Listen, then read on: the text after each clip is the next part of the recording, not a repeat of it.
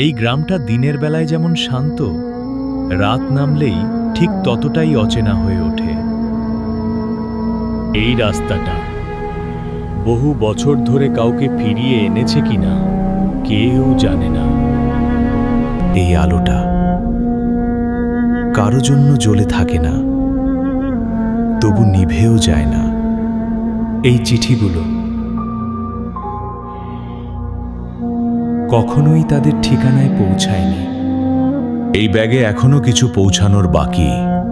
প্রতিটা চিঠির ভেতর জমে আছে অপূর্ণ অপেক্ষা। এই শব্দটাই সবাইকে ঘুম ভাঙায়। ছায়াটা দেয়ালের না, এটা কারো দাঁড়িয়ে থাকার ছাপ।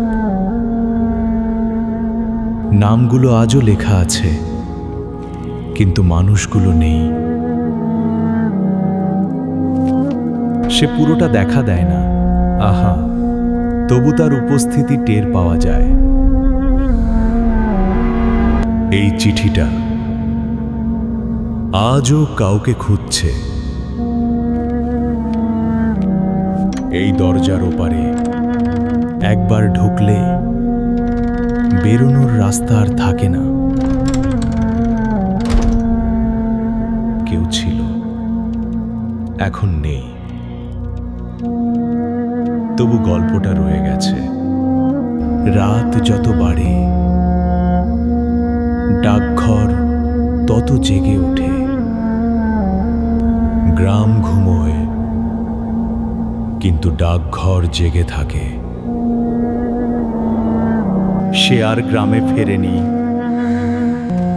পথটাই তার শেষ ছিল।